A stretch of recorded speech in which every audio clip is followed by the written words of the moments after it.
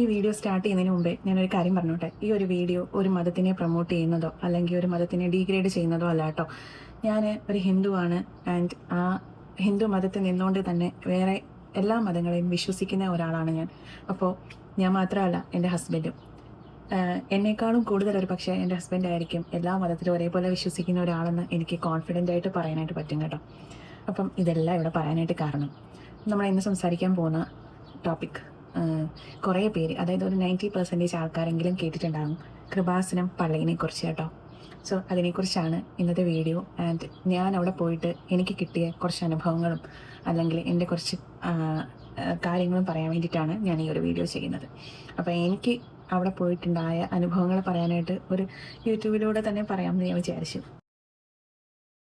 ഞാൻ ഈ കൃപാസനം പള്ളിയെക്കുറിച്ച് അറിഞ്ഞത് എങ്ങനെയാണെന്ന് പറയാം. ആദ്യമേ ഞാൻ 2023 ജൂണിലാണ് സൗദിയിൽ നിന്ന് എക്സിറ്റ് അടിച്ച് നാട്ടിൽ വരുന്നത്. എക്സിറ്റ് അടിച്ച് വരുന്നത് ഞാൻ നേരത്തെ പറഞ്ഞ പോലെ തന്നെ ഓസ്ട്രേലിയയിൽ പോകാനായിരുന്നു.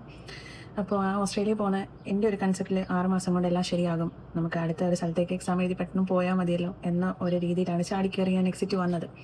പക്ഷേ ആ നാട്ടിൽ വന്ന് എൻ്റെ ആലോചനകളും എൻ്റെ ചിന്തകളും എല്ലാം എൻ്റെ കൈവിട്ട് പോയി. ഞാൻ എൻക്ലക്സ് പഠിക്കാൻ പോയി, PT എഴുതി. PT എന്ന് പറയുന്ന ഒരു എക്സാം ഏറ്റവും എളുപ്പമുള്ളൊരു എക്സാമാണ് ലാംഗ്വേജ് ടെസ്റ്റ്. ഞാൻ പഠിക്കാൻ പോയതിൻ്റെ ടീച്ചർ എന്നോട് പറഞ്ഞു, നിനക്ക് ഈ 2 മൊഡ്യൂളിന് ഫുള്ള് കിട്ടും, മറ്റേതിൻ്റെ കാര്യം കുറച്ച് കുറവായിരിക്കും, എന്നാലും നീ ക്രാക്ക് ചെയ്യുമെന്ന് എൻ്റെ അടുത്ത് പറഞ്ഞു. ബട്ട് നേരെ തിരിച്ചായിരുന്നു സംഭവിച്ചത്. ടീച്ചർ പറഞ്ഞത് ഭയങ്കര ഓപ്പോസിറ്റ് ആയിപ്പോയി കേട്ടോ. അങ്ങനെ എനിക്ക് റിക്വയർഡ് സ്കോർ കിട്ടിയില്ല. അത് തന്നെ എന്നെ ഭയങ്കരമായിട്ട് ഡിപ്രഷനിലേക്ക് ആഴ്ത്തി. എന്നുവെച്ചാൽ എന്താ ഇത്രയും എളുപ്പമുള്ള ഒരു എക്സാം എനിക്ക് കിട്ടിയില്ലല്ലോ, പിന്നെ ഞാൻ എങ്ങനെ എൻക്ലെക്സ് എഴുതിയെടുക്കും. എൻക്ലെക്സിന് പോയി, എൻക്ലെക്സ് കിട്ടിയില്ല ഫസ്റ്റ് ടൈം. സോ അങ്ങനെ ഭയങ്കരമായിട്ട് ഡിപ്രസ്ഡായി. ഓസ്ട്രേലിയയിലേക്കുള്ള ഏജൻസിക്ക് പൈസ കൊടുത്തു. ഏകദേശം ഒരു 4.5 ലക്ഷം രൂപ എൻ്റെ കയ്യിൽ നിന്ന് ചിലവായി. ഇതെല്ലാം എൻ്റെ നാട്ടിൽ നിന്ന് എൻ്റെ കയ്യിൽ നിന്ന് ചിലവാകുമ്പോൾ എനിക്ക് ഭയങ്കരമായിട്ടൊരു ഇത് തോന്നും. കാരണം ജോലിയില്ല, എവിടെന്നെങ്കിലും ഫണ്ട് വരുന്നു, അങ്ങനെയെങ്കിലല്ലേ നമുക്ക് ബാലൻസ് ആവുള്ളൂ. അങ്ങനെ ഭയങ്കര ഡിപ്രസ്ഡായിട്ടിരിക്കുന്ന സമയത്താണ് ഫേസ്ബുക്ക് സ്ക്രോൾ ചെയ്യുന്ന സമയത്ത് എനിക്കൊരു വീഡിയോ വന്ന് പെട്ടു എൻ്റെ മുമ്പിൽ. കൃപാസനത്തിൽ പോയിട്ട് OET പാസ്സായിരുന്നു. അപ്പം തന്നെ ഞാൻ വിചാരിച്ചു, കൃപാസനത്തിൽ പോയ OET പാസ്സായി, അങ്ങനെയാണെങ്കിൽ എൻക്ലെക്സും PT ഒക്കെ പാസ്സാവുമല്ലോ. ആ ഒരു ചിന്തയിൽ പെട്ടെന്ന് തന്നെ ഹസ്ബൻഡിനോട് പറഞ്ഞു, നമുക്ക് കൃപാസനത്തിലൊന്ന് പോകണം. ഹസ്ബൻഡ് ചോദിച്ചത് എവിടെയാണ്? ഹസ്ബൻഡ് ചോദിച്ചാൽ പോകാമെന്ന് അപ്പം തന്നെ പറഞ്ഞു കേട്ടോ. എവിടെയാണെന്ന് പിന്നാണ് ചോദിച്ചത്. അങ്ങനെ ഞങ്ങൾ നോക്കി എവിടെയാണെന്ന്. നോക്കിയപ്പോൾ എന്താ, ഞങ്ങൾ എറണാകുളത്ത് താമസിച്ചുകൊണ്ടിരിക്കുകയാണ്. കൊല്ലത്തുനിന്ന് എപ്പോൾ എറണാകുളത്തോട്ട് വരുമ്പോഴും ഈ പള്ളീൻ്റെ ഫ്രണ്ടിൽ തിരക്ക് കാണും. ഞാനും എൻ്റെ ഹസ്ബൻഡ് വിചാരിക്കുന്നത് ധ്യാനകേന്ദ്രമാണ്, അവിടെ ഇത്രയും തിരക്കോ എല്ലാ സമയത്തും എന്ന് വിചാരിച്ചു. അങ്ങനെ വിചാരിച്ചു വരുന്നൊരു പള്ളിയായിരുന്നു. എന്തായാലും ഗൂഗിളിൽ നോക്കിയപ്പം ഗൂഗിൾ മാമൻ പറഞ്ഞത് ഈ പള്ളീൻ്റെ കാര്യമാണോ. ഒന്നും നോക്കിയില്ല, പോകാം എന്ന് ഹസ്ബൻഡ് പറഞ്ഞു. ഞാൻ പറഞ്ഞു, അതിന് മുമ്പേ എനിക്ക് അവിടുത്തെ കാര്യങ്ങളൊക്കെ ഒന്ന് അറിയണമെന്ന്. ഗൂഗിളിൽ നോക്കി ഉടമ്പടി എന്ന് കണ്ടു. എന്താണ് ഉടമ്പടി അറിയില്ല. എനിക്ക് ഈ വക കാര്യങ്ങളൊന്നും എനിക്ക് തന്നെ അറിയത്തില്ലായിരുന്നു.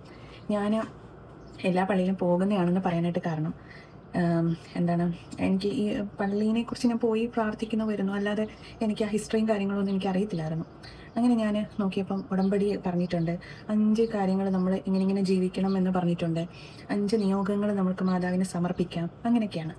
അപ്പം ഞാൻ വിചാരിച്ചു, വായിച്ചു നോക്കിയപ്പം എല്ലാം ഓക്കെയാണ്. നമ്മുടെ ലൈഫിൽ നമുക്ക് നല്ലതാക്കാം എന്ന ചിന്തയുള്ളവർക്ക് പറ്റുന്ന ഒരു കാര്യമാണ് 5 കാര്യങ്ങളും.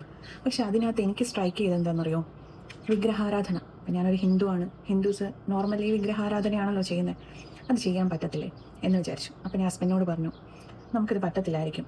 നമ്മുടെ ആ ഒരു കാസ്റ്റ് ഒഴിച്ചിട്ട് നമ്മൾ എങ്ങനെ അങ്ങോട്ട് പോകുന്നത്, അത് ശരിയല്ല.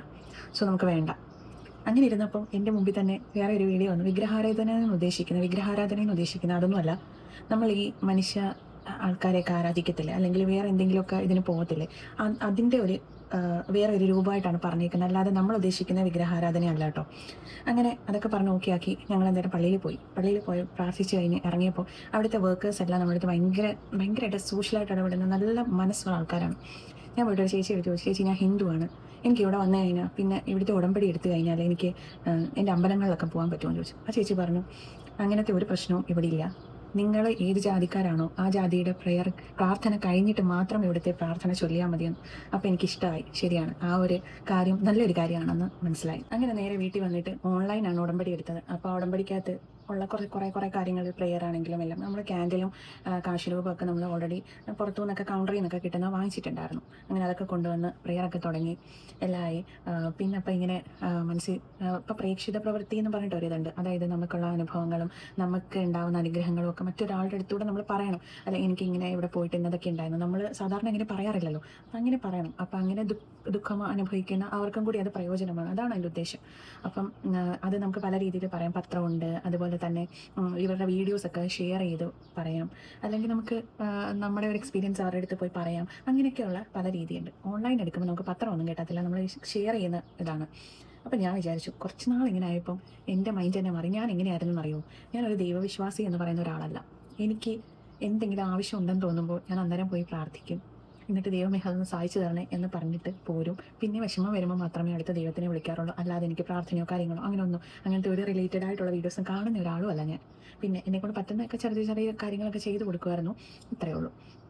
അപ്പോൾ അങ്ങനെ ഇരിക്കെ എൻ്റെ അടുത്ത് എൻ്റെ മനസ്സിൽ എനിക്ക് തോന്നി, ഞങ്ങളാണെങ്കിൽ ഈ എറണാകുളത്ത് താമസിക്കുന്നതുകൊണ്ട് തന്നെ ഒരു മാസം 4-5 വട്ടം പള്ളിയിൽ പോകും കേട്ടോ. സാധാരണ ഈ ഉടമ്പടിയൊക്കെ എടുത്തിട്ട് വരുന്ന ആൾക്കാരാണെങ്കിൽ ഒരു പ്രാവശ്യം വന്ന് ഉടമ്പടി എടുത്തു കഴിഞ്ഞാൽ പിന്നെ അത് പുതുക്കാൻ വരുമ്പോഴാണ് പള്ളിയിൽ വരുന്നത്. അതായത് മൊത്തത്തിൽ 3 മാസം കൂടുമ്പോൾ രണ്ട് പ്രാവശ്യം. ഞങ്ങളാണെങ്കിൽ ഒരു മാസം 4-5 പ്രാവശ്യമൊക്കെ പോകും. കാരണം ഈ വീട്ടിൽ പോകുന്ന സമയത്തെല്ലാം അങ്ങോട്ടും ഇങ്ങോട്ടും പോകുമ്പോഴെല്ലാം കയറും.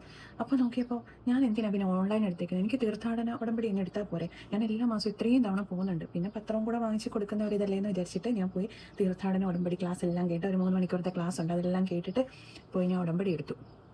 അപ്പോൾ ആ ഉടമ്പടി എടുത്തു കഴിഞ്ഞിട്ട് എനിക്ക് സംഭവിച്ച കുറേ കാര്യങ്ങളുണ്ട് കേട്ടോ.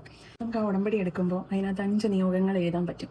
ആ 5 നിയോഗങ്ങളിനകത്ത് നമുക്ക് ഏറ്റവും നടക്കാത്ത കാര്യങ്ങൾ, അതായത് നമ്മൾ ഭയങ്കരമായിട്ട് ശ്രമിച്ചു, അത് ഒരു കാരണവശാലും നടക്കില്ല എന്ന് പറയുന്ന 5 കാര്യങ്ങൾ വേണം കേട്ടോ ആ നിയോഗത്തിൽ എഴുതാനായിട്ട്.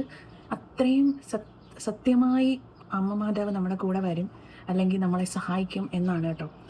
അമ്മ മാതാവിൻ്റെ ഒരു റോള് എന്താണെന്ന് വെച്ചാൽ മാധ്യസ്ഥം വഹിക്കുക എന്നുള്ളതാണ് കേട്ടോ. അമ്മ മാതാവിന് കൊടുത്തേക്കുന്ന ഒരു റോള് മാധ്യസ്ഥം വഹിക്കുക. അതായത് നമ്മുടെ ഒരു കാര്യത്തിൽ അമ്മ മാതാവ് വന്ന് ഒപ്പിട്ട് കഴിഞ്ഞാൽ പിന്നെ ഈശോയിലൂടെ അത് നമുക്ക് സാധിച്ചു കിട്ടും. അതാണ് വിശ്വാസം. ഓക്കെ, ആ അമ്മ മാതാവ് ശരി വെച്ച് കഴിഞ്ഞാൽ ഈശോന് എതിര് പറയാൻ പറ്റത്തില്ല. ഈശോ അത് നമുക്ക് സാധിച്ചു തരും.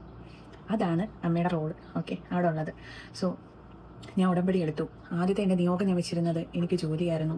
ഓസ്ട്രേലിയയിൽ പോകാനായിട്ടുള്ള എല്ലാ കാര്യങ്ങളും ശരിയാക്കി തരണം എന്നായിരുന്നു. 2ാമത്തെ രോഗസൗഖ്യത്തിൻ്റെ കാര്യങ്ങളായിരുന്നു. 3ാമത് ദൈവത്തിനോട് ചേർന്ന് നിൽക്കാനും പ്രേക്ഷിത പ്രവൃത്തിയും എല്ലാം കൂടുതലായിട്ട് ദൈവത്തിനോട് അടുക്കാനുള്ള അനുഗ്രഹം തരണേ എന്നുള്ളതായിരുന്നു. അങ്ങനെ ഓരോ കാര്യങ്ങൾ ആദ്യത്തെ ഉടമ്പടിയിൽ ഞാൻ എഴുതി. 5 നിയോഗം എഴുതി. അത് കഴിഞ്ഞപ്പോൾ ആ മാസം തൊട്ട് എനിക്ക് സംഭവിച്ചത് ഭയങ്കര അത്ഭുതമായിരുന്നു കേട്ടോ. ഞാൻ ഓരോ ചെറിയ കാര്യങ്ങൾ വിചാരിക്കുമ്പോഴും ഉണ്ടല്ലോ, അതെനിക്ക് സാധിച്ചു കിട്ടും. സാന്നിധ്യം വരെ നമുക്ക് ഫീലായി. അതായത് ഇടയ്ക്ക് എനിക്ക് മുല്ലപ്പൂവിൻ്റെ മണം, ഞാൻ പ്രാർത്ഥിക്കുന്ന സമയത്ത് മുല്ലപ്പൂവിൻ്റെ മണം, അതുപോലെ തന്നെ കുന്തിരിക്കത്തിൻ്റെ മണം ഒക്കെ എനിക്ക് ഭയങ്കരമായിട്ട് ഫീൽ ചെയ്തിട്ടുണ്ട്. ഞാൻ ഒറ്റയ്ക്ക് ഇരിക്കുന്ന സമയത്തും അല്ലെങ്കിൽ ഞാൻ പ്രാർത്ഥിച്ചുകൊണ്ടിരിക്കുക സെയിം ടൈമിൽ തന്നെ എൻ്റെ ഹസ്ബൻഡ് ഇവിടെ ഉണ്ടാവും, പക്ഷേ പുള്ളിക്കത് ഫീൽ ചെയ്യത്തില്ല. അതാണ് വ്യത്യാസം. അപ്പം നമ്മളിങ്ങനെ അടുത്ത് നിൽക്കുമ്പോഴത്തേക്ക് അങ്ങനെയുള്ള കാര്യങ്ങൾ ഞാൻ ഫീൽ ചെയ്തിട്ടുണ്ട്. അപ്പോൾ ഈ ഉടമ്പടിയിൽ എഴുതിയിരിക്കുന്ന നിയോഗം ഓസ്ട്രേലിയയിൽ പോകണമെന്നാണല്ലോ. ആദ്യത്തെ 3 മാസം കഴിഞ്ഞു, ഉടമ്പടി ഞാൻ വീണ്ടും റിന്യൂ ചെയ്തു. ചെറിയ കാര്യങ്ങളൊക്കെ നടന്നു. എന്നാലും എനിക്ക് പേഴ്സണലി എന്താ പറ്റിയെന്നറിയോ, ഞാൻ ഭയങ്കരമായിട്ട് ദൈവത്തിൽ അങ്ങോട്ട് വിശ്വസിക്കാൻ തുടങ്ങി, ഭയങ്കരമായിട്ട്.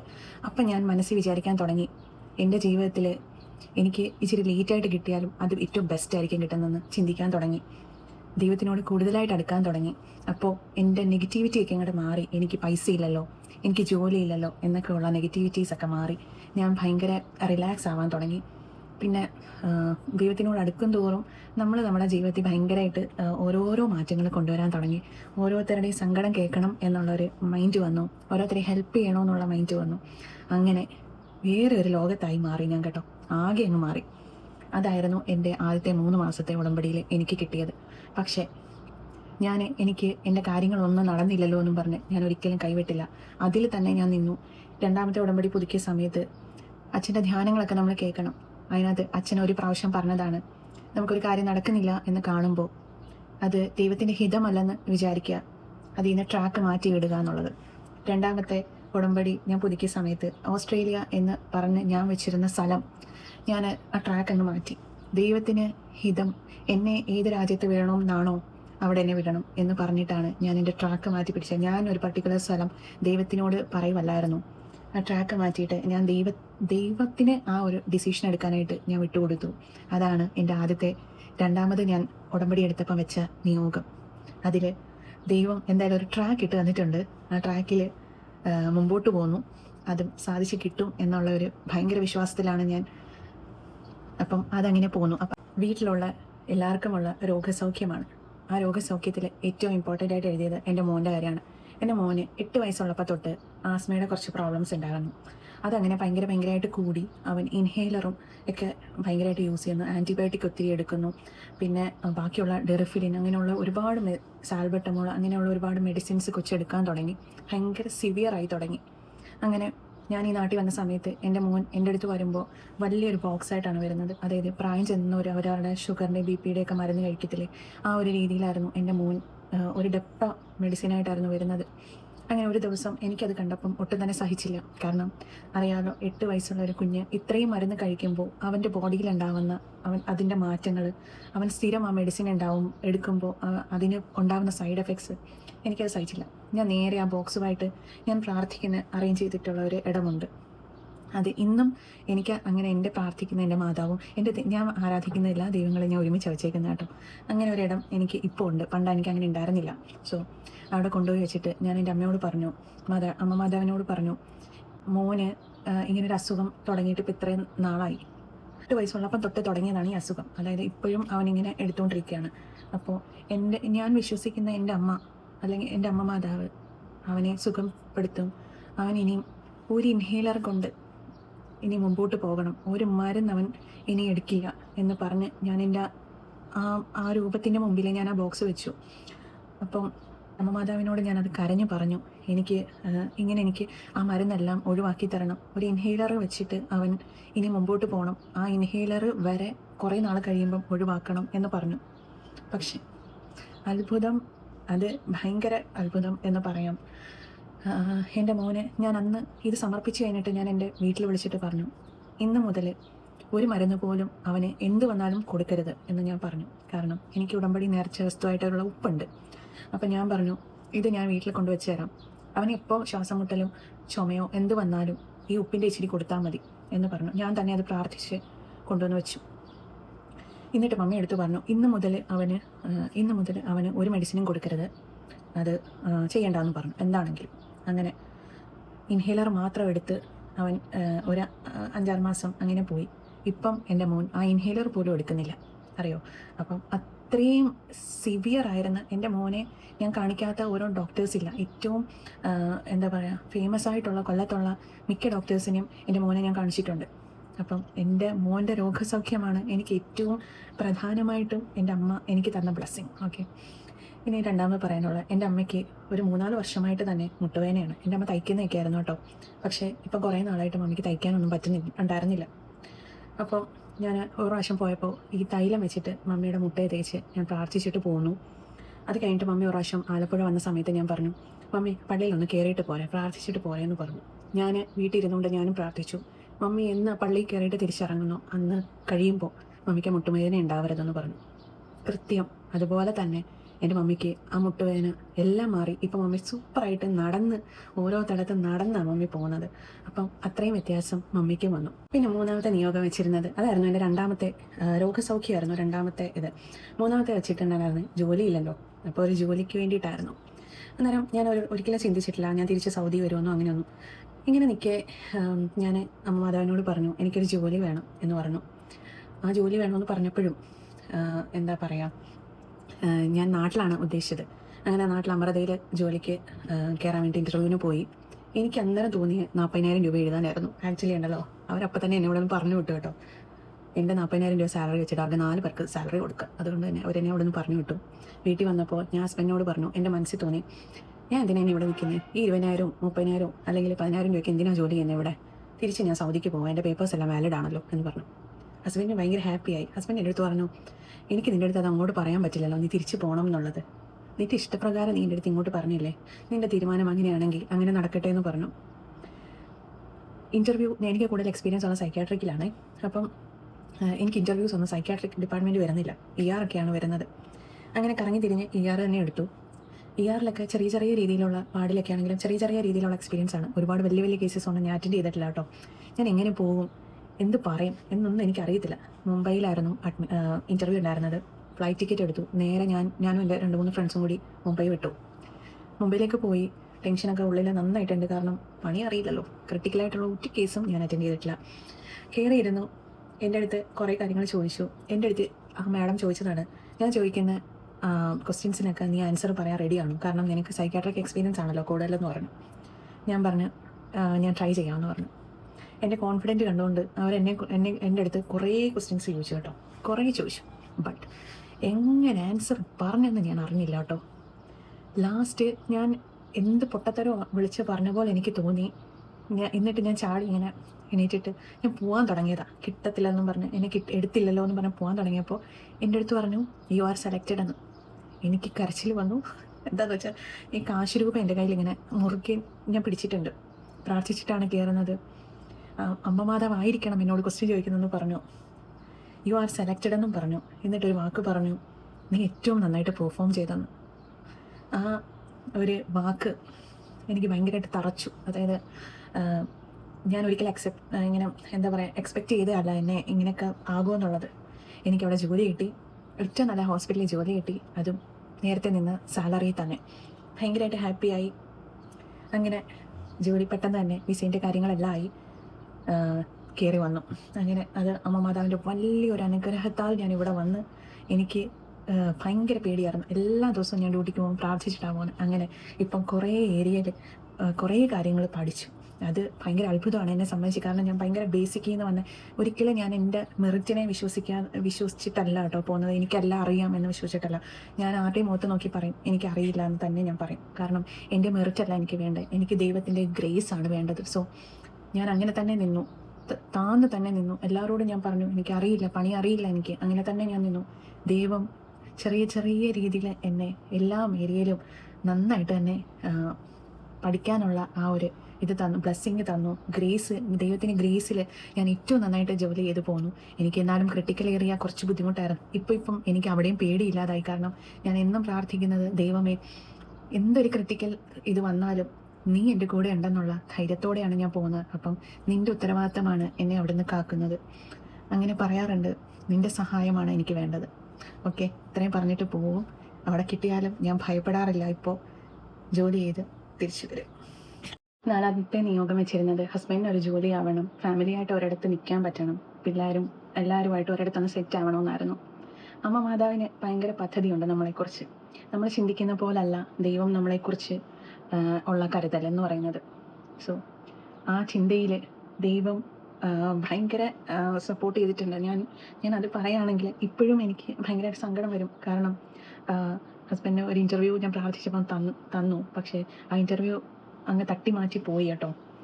അതെന്താണെന്ന് വെച്ചാൽ ആ തട്ടി മാറ്റി പോയപ്പോൾ ഞാൻ വിചാരിച്ചു എന്തിനാണ് ദൈവം ഒരു ജോലി കൊടുക്കാമായിരുന്നു എന്ന് വിചാരിച്ചു. പക്ഷേ അതിൻ്റെ സത്യാവസ്ഥ വരുന്നത് അത് ഇനിയാണ് കേട്ടോ. അതിൻ്റെ കാര്യങ്ങൾ ഞാൻ ഇനിയാണ് പറയാൻ പോകുന്നത്. സോ അത് ഞാൻ വിഷമിക്കുന്നില്ല. എൻ്റെ ഹസ്ബൻഡിന് ഒരു ജോലി കൊടുത്തില്ല എന്നുള്ള കാര്യത്തിൽ ഞാൻ വിഷമിക്കുന്നില്ല. അതിൻ്റെ കാര്യങ്ങൾ ഭാവിയിൽ ഒരു നല്ല കാര്യത്തിനായിരുന്നു എന്ന് വിചാരിച്ചിട്ട് കാര്യങ്ങൾ ഇനി ഞാൻ പറയത്തേ ഉള്ളൂ കേട്ടോ. പിന്നെ ഞങ്ങൾ പാസ്പോർട്ട് ഓഫീസിൽ പോകുമ്പോൾ മോനെ 2 പാസ്പോർട്ട് ഓൾറെഡി ഞങ്ങൾ മാറ്റിയിട്ടുണ്ടായിരുന്നു. 3ാമത് പാസ്പോർട്ടിനായിരുന്നു. അതായത് പേര് ചേഞ്ച് ചെയ്തപ്പോഴത്തേക്കും അപ്പോൾ 2 പാസ്പോർട്ടിൽ പേര് 2 പ്രാവശ്യം ഓൾറെഡി പേര് ചേഞ്ച് ചെയ്തിട്ടുണ്ട്. 3ാമത്തെ പ്രാവശ്യം നമ്മൾ തിരിച്ച് പഴയ പേരിലേക്ക് ആക്കാനായിട്ട് കൊടുത്തപ്പോൾ അവർ റിജക്റ്റ് ആക്കി. നേരെ ട്രിവാൻഡ്രത്തേക്ക് അവർ വിട്ടു. അവിടെ ചെന്നപ്പോൾ ഈ കുഞ്ഞിന് പാസ്പോർട്ട് കിട്ടത്തില്ലെന്ന് തന്നെ ഞങ്ങൾ വിചാരിച്ചു. കാരണം അത്രയും ഞങ്ങളൊന്ന് ചുറ്റിച്ചവർ. അവിടെ ചെന്നപ്പോൾ ആ പാസ്പോർട്ട് ഓഫീസർ, മെയിൻ ഓഫീസറിൻ്റെ പേര് മേരി മേരി എന്ന് തുടങ്ങുന്ന ഒരു പേരാണ്. അത് കണ്ടപ്പോൾ ഞാൻ വിചാരിച്ചു ഇല്ല, എൻ്റെ മോന് പാസ്പോർട്ട് കിട്ടും എന്ന്. നേരെ ആ മേഡത്തിൻ്റെ അടുത്താണ് കയറിയത്. മേഡം ചോദിച്ചു, ഒരു വാക്കേ ചോദിച്ചു, നിങ്ങളെന്താ പാസ്പോർട്ട് എടുത്ത് കളിക്കുക എന്ന് ചോദിച്ചു. അപ്പം ഞാൻ പറഞ്ഞു, മാം ഞങ്ങൾ വേറെ ഒരു രാജ്യത്ത് പോകാനായിട്ട് എടുത്തതായിരുന്നു, അത് പോകാൻ പറ്റിയില്ല, അതുകൊണ്ട് തിരിച്ച് മോൻ്റെ പേര് പഴയതുപോലെ ആക്കണം എന്ന് പറഞ്ഞു. ഒന്നും പറഞ്ഞില്ല, ഒപ്പിട്ട് തന്നു. സാധനം സാങ്ഷനായി, പാസ്പോർട്ട് കിട്ടി. അത് പ്രാർത്ഥിച്ചിട്ട് പോയ പോലെ തന്നെ ഞാൻ എവിടെ എന്തിനും കാശ് രൂപം കൊണ്ട് പോകുന്നോ അത് അമ്മ മാതാവ് എനിക്ക് സാധിച്ചു തരും. എന്ത് കാര്യമാണെങ്കിലും ഭയങ്കര വിശ്വാസമാണ് ആ ഒരു കാര്യത്തിൽ. പിന്നെയുള്ള കാര്യം, ഞാൻ ഈ ചെറിയ ചെറിയ കാര്യങ്ങൾ നടന്നെന്ന് പറഞ്ഞില്ലേ, അതിൽ എൻ്റെ ബ്രദറിന് ഒരു ലോൺ ഉണ്ടായിരുന്നു. ആ ലോൺ ആക്ച്വലി നമ്മുടെ പ്രമാണം വെച്ചിട്ട് എടുത്തായിരുന്നു. അതൊരു 8-10 വർഷമായിട്ട് ഇങ്ങനെ ഇരുന്ന് പോകുന്ന ഒരു ലോണായിരുന്നു. എത്ര അടച്ചാലും ഇങ്ങനെ കുറേ എമൗണ്ട് കൂടി ഇങ്ങനെ ഭയങ്കര ഒരു ബാധ്യതയായിട്ട് എൻ്റെ വീട്ടിൽ അമ്മമ്മയ്ക്കാണെങ്കിലും പപ്പയ്ക്കാണെങ്കിലും അതൊക്കെ ഭയങ്കര ടെൻഷനായിരുന്നു കേട്ടോ, എന്താകും എന്നുള്ളത്. എന്തായാലും ഇരിക്കുന്നിരിപ്പി ഞാൻ ദൈവത്തിനോട് പറഞ്ഞു, എൻ്റെ വീട്ടുകാർക്ക് ഒരു കാര്യത്തിലും ഒരു ടെൻഷനും ഉണ്ടാവരുത്, അതൊന്ന് ഒഴിച്ചു തരണമേ എന്നുള്ളത്. അതിൻ്റെ ടെൻഷനായിരുന്നു ശരിക്കും. കാരണം ലോൺ അറിയാലോ, പെരുകി പെരുകി ഇങ്ങനെ ഭയങ്കരമായിട്ട് ജപ്തിയിൽ വരെ എത്തും. അതുകൊണ്ട് ആ ഒരു സിറ്റുവേഷൻ എത്തിക്കാതെ മാതാവ് എന്ത് ചെയ്യുന്നയോ, നൈസിനെ അതങ്ങ് സോൾവ് ആക്കി. ആങ്ങളയ്ക്ക് ഡൽഹിയിലൊരു വീടുണ്ടായിരുന്നു, ആ വീട് അങ്ങോട്ട് വിറ്റിട്ട് ഈ ലോണിൻ്റെ കടം അങ്ങ് തീർത്തു. കാരണം ആ വീട് കൊണ്ട് അവിടെ ആങ്ങൾ മാത്രമേ ഉള്ളൂ. അപ്പം ആ വീട് കൊണ്ട് ഇപ്പം അതങ്ങനെ ഡെഡ് മണിയായിട്ട് ഇട്ടിട്ട് പ്രയോജനമൊന്നുമില്ല. നാട്ടിൽ നന്നായിട്ട് കടം കയറുന്നുണ്ട്. സോൾവ് ആക്കിയത് അങ്ങനെയാണ്. വീട് വിൽക്കാതെ കിടന്ന് ഭയങ്കരമായിട്ട് ഉള്ള ഒരു എമൗണ്ടിൽ, അതായത് നാട്ടിൽ നമുക്ക് ക്ലിയർ ചെയ്യാൻ പറ്റുന്ന ഒരു എമൗണ്ടിൽ ആ ഒരു ലോൺ ക്ലോസ് ആക്കി കടം ഒഴിച്ച് നമുക്ക് കിട്ടി. അത് ഭയങ്കര ഒരു അനുഗ്രഹമായിരുന്നു ദൈവത്തിൻ്റെ. പിന്നെ അതുപോലെ എൻ്റെ ഫ്രണ്ട്സിന് ഞാൻ ഇൻ്റർവ്യൂ അറ്റൻഡ് ചെയ്ത് കഴിഞ്ഞിട്ട് എൻ്റെ 2 ഫ്രണ്ട്സിനും, ഒരാൾക്ക് 43 വയസ്സുണ്ട്, ഒരാൾ എൻ്റെ കൂടെ പഠിച്ചതാണ്. അപ്പോൾ ഇവർക്ക് 2 പേർക്കും ഇങ്ങനെ ജോലിയില്ലാതെ എന്നെപ്പോലെ തന്നെ നിൽക്കുന്ന 2 ആൾക്കാരായിരുന്നു. അവർക്ക് എന്താ പറയുക, ഒരു ഇൻ്റർവ്യൂ അറ്റൻഡ് ചെയ്യാനായിട്ട് ഉള്ള അവസരം സൗദിയിൽ ശരിക്കും 38 വയസ്സാണ് മാക്സിമം അലൗഡ് ചെയ്യുന്നത്. പക്ഷേ 43 വയസ്സുള്ള ആ ചേച്ചിക്ക് ഇൻ്റർവ്യൂ അറ്റൻഡ് ചെയ്യാനുള്ള അവസരം കിട്ടി. അതുപോലെ തന്നെ എൻ്റെ മറ്റേ ഫ്രണ്ടിനും ഇതുപോലെ തന്നെ ഇവർ 2 പേരും ഒരേ സ്ഥലത്ത് വന്ന് ഇൻ്റർവ്യൂ അറ്റൻഡ് ചെയ്തു. അങ്ങനെ 2 പേർക്കും ഞാൻ സാക്ഷ്യം പറയാം എന്ന് പറഞ്ഞ് മാതാവിനോട് പറഞ്ഞ് 2 പേർക്കും ഇൻ്റർവ്യൂ പാസ്സായി. അവരുടെ വിസയ്ക്ക് വേണ്ടിയിട്ട് വെയിറ്റ് ചെയ്യാണ്. സോ അവരോട് ഞാൻ പറഞ്ഞിട്ടുണ്ട്, നിങ്ങൾ ഒരു പ്രാവശ്യം പള്ളിയിൽ പോകണം. ഒരാൾ ഉടമ്പടി എടുത്ത ആളായിരുന്നു, അപ്പം അവരത് കണ്ടിന്യൂ ചെയ്യാണ്ട് പോയി. ഒരാൾ പോയിട്ടുണ്ടെന്ന് തോന്നുന്നു ഒരു പ്രാവശ്യം, പക്ഷേ ഇനി ഒന്നുകൂടെ പോകണം എന്ന് ഞാൻ പറഞ്ഞിട്ടുണ്ട്. അങ്ങനെ ഉള്ള കാര്യങ്ങൾ. പിന്നെ ഞാൻ അങ്ങനെ സൗദി വന്ന് കഴിഞ്ഞിട്ട് സൗദിയിൽ ഭയങ്കര അത്ഭുതം നടന്നത് എന്താണെന്നറിയോ? എൻ്റെ ഹസ്ബൻഡിന് ജോലി കിട്ടിയില്ല എന്ന് ഞാൻ പറഞ്ഞല്ലോ. ഇവിടെ വന്ന് ഫാമിലി വിസയുടെ കാര്യത്തിന് പോയി. ഈ ഒരു സൗദിയിൽ ഇത്രയും വലിയൊരു ഹോസ്പിറ്റലായിട്ട് ഇവിടെ ഫാമിലി വിസ ഉണ്ടെന്ന് പലർക്കും അറിയത്തില്ലായിരുന്നു. അങ്ങനെ HR പോയി അന്വേഷിച്ചു. 3-4 പ്രാവശ്യം പോയി. ഒരാൾ ഭയങ്കരമായിട്ട് തടസ്സം നിന്നിട്ട് എൻ്റെ അടുത്ത് പറയാണ്, തരില്ല, കിട്ടത്തില്ല. ഞാൻ 4 പ്രാവശ്യം പോയപ്പോഴും കിട്ടില്ല എന്ന് പറഞ്ഞു. ഇവിടെ വന്ന് ഞാൻ മാതാവിനോട് പറഞ്ഞു, നീ തന്നതാണ് എന്ന് ബോധ്യപ്പെടുത്താനായിട്ട് നീ തരത്തില്ല എന്ന് പറഞ്ഞ ആളിനെ കൊണ്ട് തന്നെ എൻ്റെ പേപ്പർ വർക്ക് ചെയ്ത് തരണമെന്ന് പറഞ്ഞു. ഞാനൊരു ദിവസം HR പോയപ്പോൾ, നിനക്ക് മുമ്പേ ഞാൻ എൻ്റെ ദൂതനെ അയക്കുമെന്ന് പറഞ്ഞ പോലെ ഒരു ദൂതനോടെ വന്നിരിക്കുന്നു എനിക്ക് വേണ്ടിയിട്ട് സംസാരിച്ചു. HR ഡയറക്ടർ എനിക്ക് വേണ്ടിയിട്ട് സംസാരിച്ചു. തരില്ല എന്ന് പറഞ്ഞ ആൾ ഞാൻ അവിടെ ഇരിക്കുന്ന കണ്ടപ്പം ചോദിച്ചു, നീ എന്തിനാണ് ഇവിടെ ഇരിക്കുന്നത്? അപ്പം ഞാൻ പറഞ്ഞു, ഇന്നതിനാണ്. നീ എൻ്റെ കൂടെ വാ, നിൻ്റെ പേപ്പർ ഞാൻ ശരിയാക്കി തരാമെന്ന്. അതാണ് ഏറ്റവും വലിയ അത്ഭുതം. ഓക്കെ, അപ്പം അങ്ങനെ ഓരോ ചെറിയ കാര്യങ്ങളിലും കാക്കുന്ന ഒരാളാണ് അമ്മ മാതാവ്. ഞാൻ എവിടെ പോയാലും എൻ്റെ അമ്മ മാതാവിനെ പ്രാർത്ഥിച്ചിട്ടാണ് ഞാൻ ഇറങ്ങുന്നത്. പിന്നെ ഇപ്പം നിങ്ങൾ വിചാരിക്കും ഞാൻ ക്രിസ്ത്യനിലേക്ക് മാറിയോ? എപ്പോഴും മാതാവിൻ്റെ കാര്യം മാത്രമേ ഉള്ളൂ. ഈ ഒരു വീഡിയോയിൽ കൃപാസനത്തിനെക്കുറിച്ച് പറഞ്ഞുകൊണ്ടാണ് ഞാൻ എൻ്റെ അനുഭവങ്ങൾ പറയാൻ വേണ്ടിയിട്ടാണ് ഞാൻ മാതാവിനെക്കുറിച്ച് പറഞ്ഞത്. ഞാൻ മതം ഹിന്ദു തന്നെയാണ്. എൻ്റെ എല്ലാ അമ്പലങ്ങളിലും ഞാൻ പോകുന്നുണ്ട്, എല്ലാം ദൈവത്തിനോടും പ്രാർത്ഥിക്കുന്നുണ്ട്. എൻ്റെ മാതാവിനെയും കൂടെ ഞാൻ സ്വീകരിച്ച് പ്രാർത്ഥിക്കുന്നുണ്ട്. ഏത് ദൈവത്തിനെ പ്രാർത്ഥിച്ചാലും നമ്മുടെ മനസ്സ് നല്ലതാണെന്നുണ്ടെങ്കിൽ ഒരു ദൈവം നമ്മളെ കൈവിടത്തില്ല. അപ്പോൾ നമ്മൾ പണ്ട് നിന്ന കാര്യങ്ങളിൽ നിന്നൊക്കെ കുറേ നമ്മുടെ ജീവിതത്തിലെ മാറ്റങ്ങൾ കൊണ്ടുവരുമ്പോൾ ബ്ലെസ്സിങ്സ് തനിയെ ഉണ്ടാവും. അപ്പോൾ ഈ ഒരു കൃപാസനത്തിൽ വന്നിട്ട് ഞാൻ പഠിച്ച കുറേ കാര്യങ്ങൾ ഞാൻ പറഞ്ഞു തരാം. ഒരാളുടെ വിഷമം എന്ന് കേൾക്കുമ്പോൾ അവർക്ക് നമ്മളെ കൊണ്ട് പറ്റുന്ന എന്തെങ്കിലും ഒരു കാര്യം അവർക്ക് ആവശ്യമുണ്ടെങ്കിൽ ചെയ്തു കൊടുക്കുക, അവരുടെ വിഷമത്തിൽ പങ്കുചേരുക.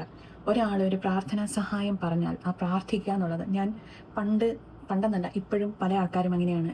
ഞാൻ ഇന്ന് എക്സാം പാസ്സാകാനായിട്ട് പ്രാർത്ഥിക്കണേ എന്ന് പറഞ്ഞാൽ ആരും പ്രാർത്ഥിക്കില്ല, ഓക്കെ ഡി എന്ന് പറയും. ഇല്ലേ, എത്ര പേരുണ്ട് അതിനകത്ത് പ്രാർത്ഥിക്കുന്നത്? അത് പ്രാർത്ഥന കൊണ്ടുവരിക ജീവിതത്തിൽ. പിന്നെ അതുപോലെ തന്നെ നമ്മുടെ കയ്യിലുള്ളതിന് ഒരു 10 രൂപ ഉണ്ടെങ്കിൽ 1 രൂപ മറ്റൊരാൾക്ക് കൊടുക്കുക, മനസ്സോടെ കൊടുക്കുക. അത് ദൈവത്തിന് വേണ്ടിയിട്ട് കൊടുക്കുക. ആഴ്ചയിൽ 1 പ്രാവശ്യം ഉപവസിക്കുക, 1 നേരം മതി കേട്ടോ ഉപവസിക്കുക. അതുപോലെ തന്നെ നല്ല നല്ല കാര്യങ്ങൾ കേൾക്കുക. ഇതിലാണെന്നുണ്ടെങ്കിൽ ധ്യാനം കേൾക്കണമെന്നാണ്, അതിനകത്ത് ഒരുപാട് കാര്യങ്ങൾ പറയും. അപ്പോൾ അതൊക്കെ നമ്മുടെ ലൈഫിൽ ഇങ്ങനെ കൊണ്ടുവരിക.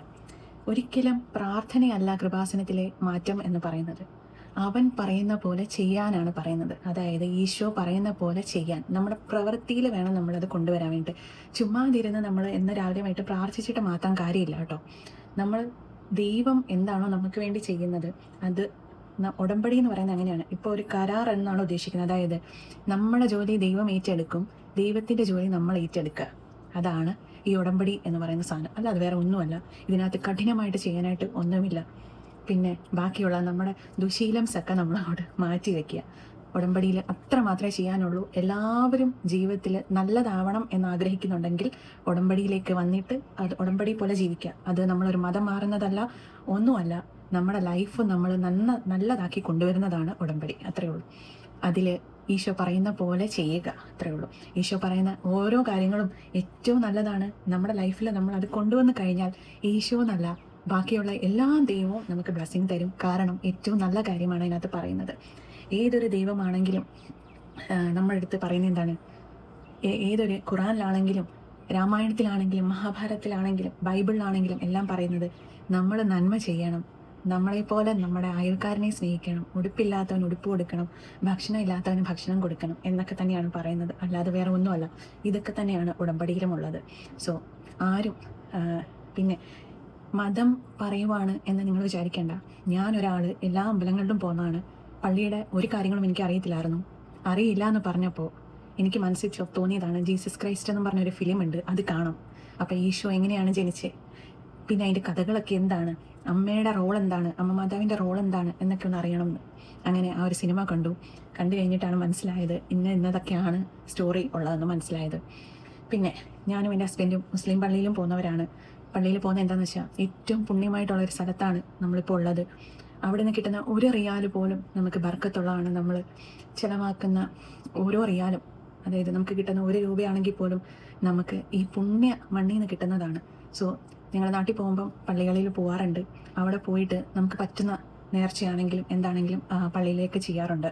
പിന്നെ എൻ്റെ ഹസ്ബൻഡ് ഇവിടെ ഉള്ള സമയത്ത്, സൗദിയിലുള്ള സമയത്ത് എപ്പോൾ നോമ്പ് ടൈം ആണെങ്കിലും എല്ലാ മാസവും, മീൻസ് ആ നോമ്പ് ടൈം ഒരു മാസമാണെന്നുണ്ടെങ്കിൽ ചിലപ്പോൾ 1 മാസം എടുക്കാറുണ്ട്, ഇല്ലെങ്കിൽ 10 ദിവസമെങ്കിലും നോമ്പെടുക്കും. അത് ഹസ്ബൻഡ് ഇവിടെ ഉള്ളപ്പം ചെയ്യുന്ന ഒരു കാര്യമാണ്. അത് ഞങ്ങൾ ആ ഒരു മതത്തിനോട് കൊടുക്കുന്ന റെസ്പെക്റ്റാണ് കേട്ടോ. അങ്ങനെ എല്ലാ മതത്തിനും ഒരേപോലെ കാണുന്നതാണ്. അപ്പം ഈ വീഡിയോ ചെയ്തത്, ഈ വീഡിയോയ്ക്ക് എനിക്ക് മാതാവ് തന്ന കുറേ അനുഗ്രഹങ്ങൾ നിങ്ങളോട് ഷെയർ ചെയ്യാനാണ്.